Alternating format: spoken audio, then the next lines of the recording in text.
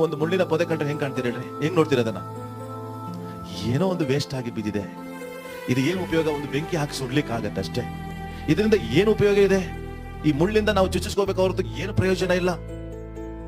ಆದ್ರೆ ದೇವರ ಸಮಯ ಬಂತು ಅಂದ್ರೆ ನಿನ್ನ ಜೀವಿತದಲ್ಲಿ ಒಂದು ವೇಸ್ಟ್ ಆಗಿರುವ ಮುಳ್ಳಿನ ಪೊದೆ ಕೂಡ ಮಾತನಾಡಿ ನಿನ್ನ ಜೀವಿತವನ್ನು ಎನ್ಕರೇಜ್ ಮಾಡ್ಲಿಕ್ಕೆ ಸಾಧ್ಯ.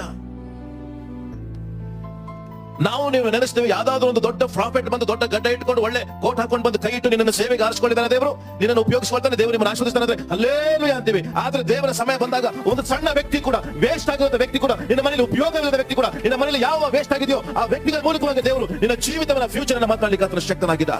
ದೇವರಿಗೆ ಯಾವುದು ವೇಸ್ಟ್ ಅಂತ ನೀನ್ ನಡೆಸ್ಕೊಂಡಿದ್ಯೋ ದೇವರಿಗೆ ಅದು ವೇಸ್ಟ್ ಅಲ್ಲ, ಅದು ವೇಸ್ಟ್ ನಿನ್ನ ಫ್ಯೂಚರ್ ಅನ್ನ ಮಾತಾಡ್ಲಿಕ್ಕೆ ಶಕ್ತಿ ಉಳ್ಳದಾಗಿದೆ. ನೀನು ನೆನೆಸಿದ ರೀತಿಯಲ್ಲಿ ಅಲ್ಲ, ಯಾವುದು ಏನು ವೇಸ್ಟ್ ಅಂತ ನೀವು ತಿಳ್ಕೊಳ್ತೀವೋ, ನನ್ನ ಮಗ ವೇಸ್ಟ್, ನನ್ನ ಮಗಳು ವೇಸ್ಟ್, ನನ್ನ ಕುಟುಂಬ ವೇಸ್ಟ್, ನನ್ನ ಯಜಮಾನ ವೇಸ್ಟ್ ಅಂತೀವೋ, ಅವನ ಮೂಲಕನೇ ಆ ವೇಸ್ಟ್ ಬಾಡಿನೇ ದೇವರು ಉಪಯೋಗಿಸಿಕೊಂಡು ನಿನ್ನ ಮೂಲಕವಾಗಿ ಫ್ಯೂಚರ್ ಅನ್ನ ದೇವರು ನಡೆಸಲು ಶಕ್ತಿ